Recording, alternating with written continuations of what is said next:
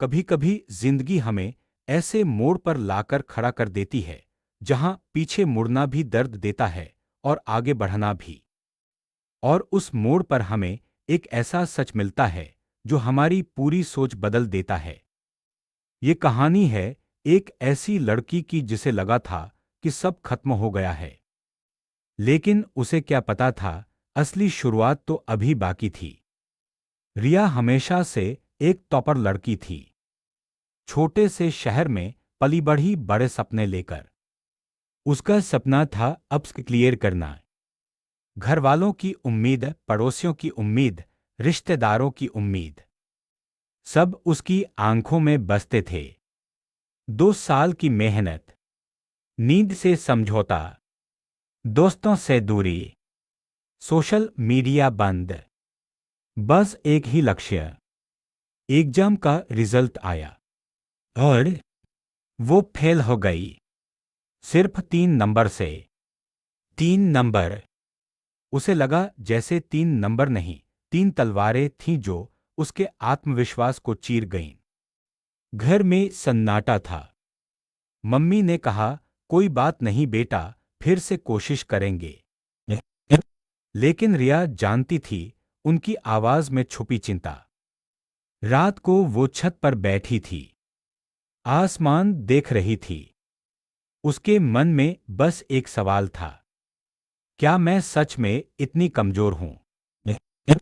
अगले कुछ दिनों तक रिया कमरे से बाहर ही नहीं निकली। फोन पर दोस्तों के मैसेज आते रहे, क्या हुआ? अरे अगली बार हो जाएगा, तू तो बहुत स्मार्ट है। लेकिन उसे हर बात ताना लग रही थी। धीरे धीरे उसने खुद पर शक करना शुरू कर दिया। शायद मैं उतनी अच्छी नहीं हूं। शायद ये सपना मेरे लिए नहीं था।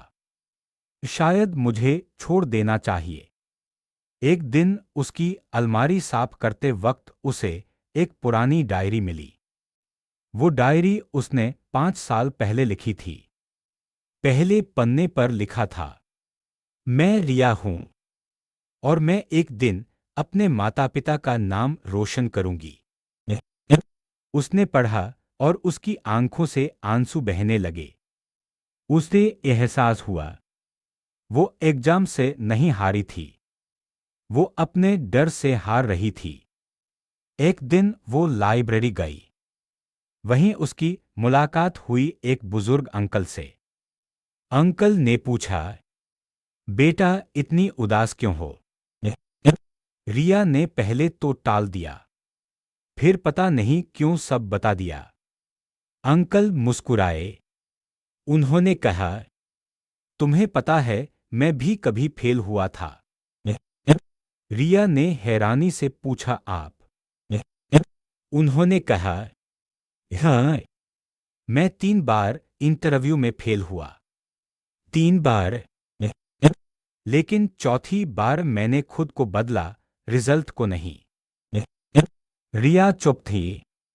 अंकल ने कहा, बेटा हार का मतलब ये नहीं कि तुम खत्म हो गए।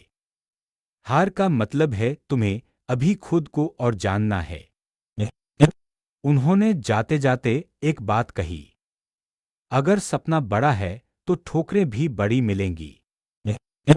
उस दिन के बाद रिया ने एक फैसला किया, वो फिर से तैयारी करेगी। लेकिन इस बार डर के साथ नहीं।